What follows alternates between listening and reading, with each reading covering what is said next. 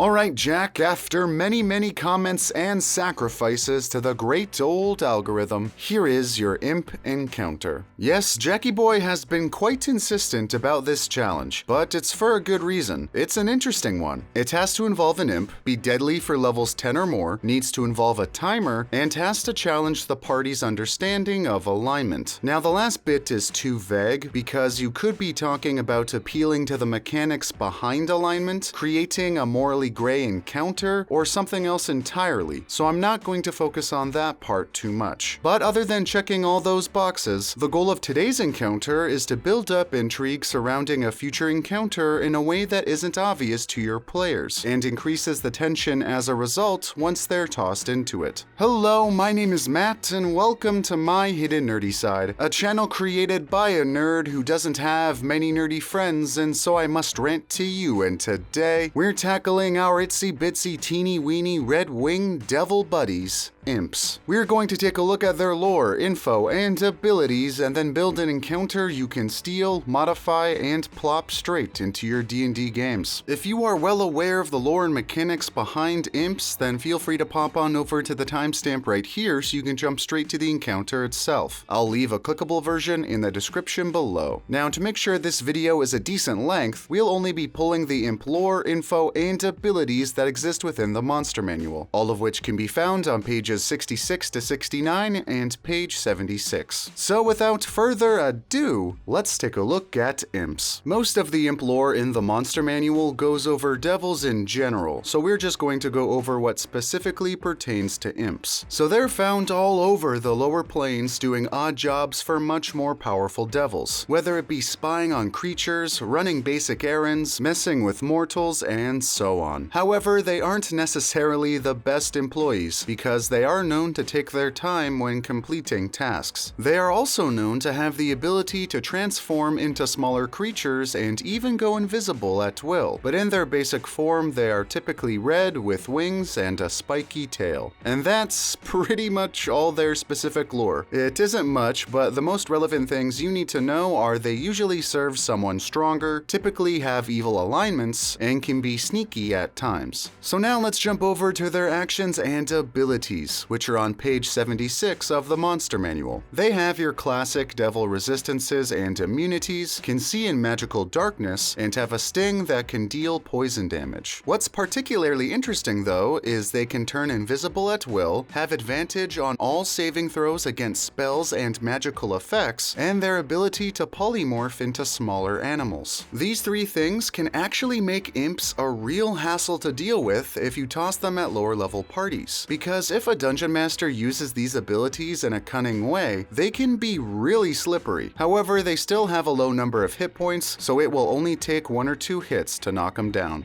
Okay, so now that we've gone over the basic imp lore, info, and abilities, let's start crafting an encounter. This encounter/quest will be aimed at parties level 9 to 13 depending on how difficult you want to make it, and will last about 1 to 2 sessions. However, the setup will take place over several to dozens of sessions, but we'll get into that in just a bit. The party's motivation should always be tailored to the campaign, but for simplicity's sake, we'll just say their motivations will be twofold.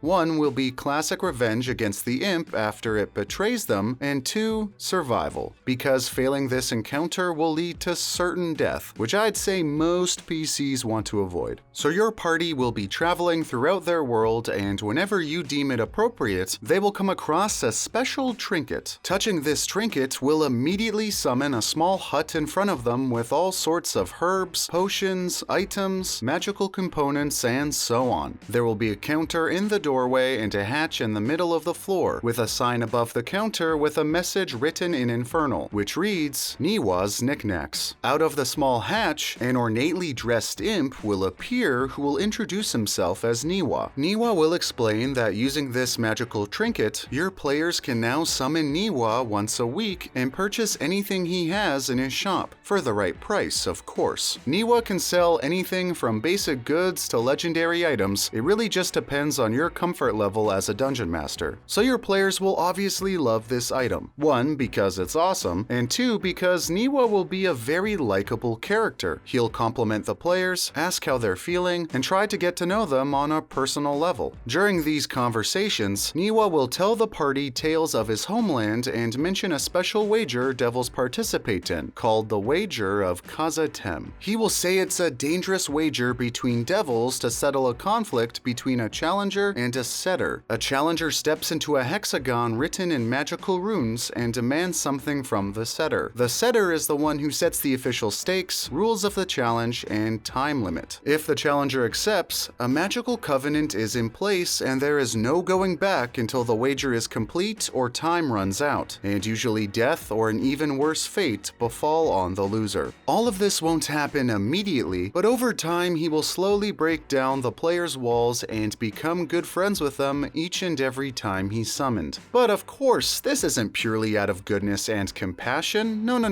He will be doing this because he was sent by a villainous figure opposing your party, so he can extract information from your players and foil their plans. So throughout the course of your campaign, Niwa will continue to casually ask your players about their adventures and what they're doing next. Once something usable is said, pass it along to your villain. And when your players hit the appropriate level, have their villain foil their plans in a way that seems impossible. And then the next time your party takes down someone related to your villain, preferably someone who foiled your party's actions due to Niwa's treachery, they will find orders written by the main villain on how to foil your party's plans and how Niwa was instrumental in getting this information. Now your party will probably feel betrayed and want to get back at Niwa, but it won't be too difficult because they can summon him whenever they want. But when your party summons him, it will seem like the same as always occurs. A hut appears with a hatch in the floor, a counter, etc. However, Niwa will not come out of the hatch, and so your players will have to go down to see him. When your players do so, they will find themselves in the starting room of a massive dungeon, and then suddenly a magical red hexagon will appear around them. Your party will hear Niwa's voice but not see his body, for he will be invisible, and Niwa will say he figured the party would come for him. Niwa will admit he is a servant to your villain and was sent to gather intel on your players, but out of respect for your players and their fruitful relationship, he will allow them to partake in a wager of Kazatem. What your party wants is their call, but Niwa will suggest that information on the villain and his plans is something they can ask for, and if your players challenge Niwa, he'll explain how it's going to go. Your party has 8 hours to find him in this dungeon and force him to submit without killing him, and if your players fail to do so, they will die.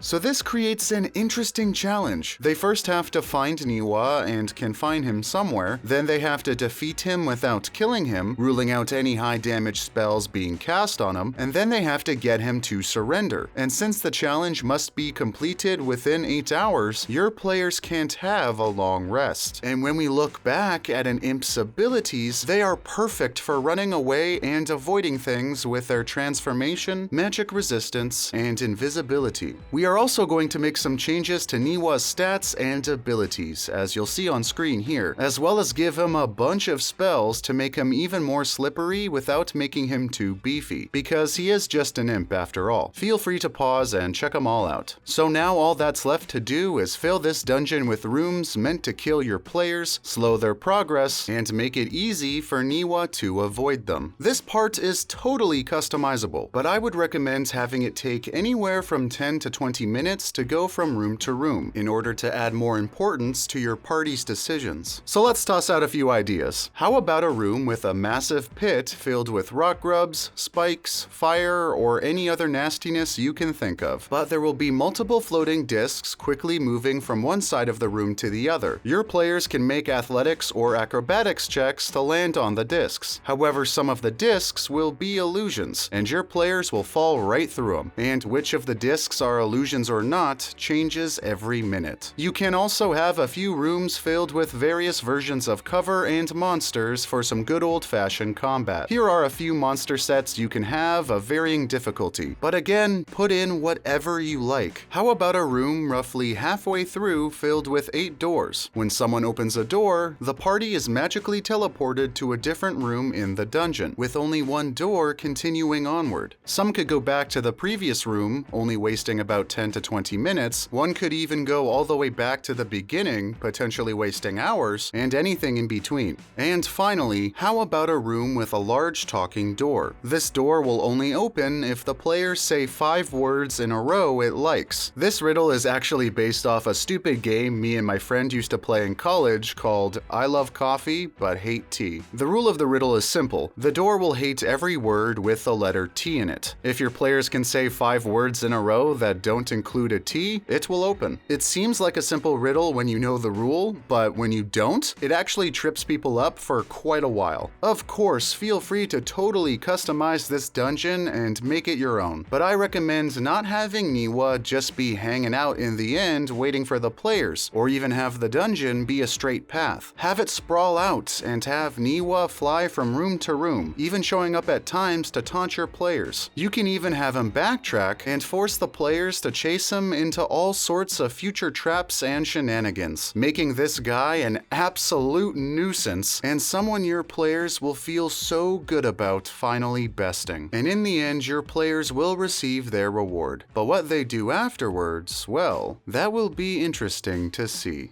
So, an NPC your players go from loving to take down? I think this is quite spicy enough. But if we were so inclined, how can we make it even spicier? Well, Niwa is a seller of magical goods who sold your party many things. Well, what if those things were cursed and further hindered your party during the wager of Kazatem? You can also make Niwa even more slippery and give him Shadow Monk style abilities, allowing him to teleport to different spots of darkness. And finally, you could have Niwa start to grow attached to the players and allow him to be convinced of staying on as your party's personal salesman. But of course, this is just one of many ways you can use imps in your Dungeons & Dragons campaign. There are tons of different ways to take this encounter and spice it up, so please let me know what you would do in the comment section below so I can nerd out over it and smack myself on the head for not thinking of it. Also, let me know if there are any creatures that you would like me to build an encounter for in my future videos. I'm going to try and put out at least one of these videos a week, so feel free to subscribe and share this video around if you liked it, and stay tuned for upcoming content. Thanks for watching and indulging my hidden nerdy side.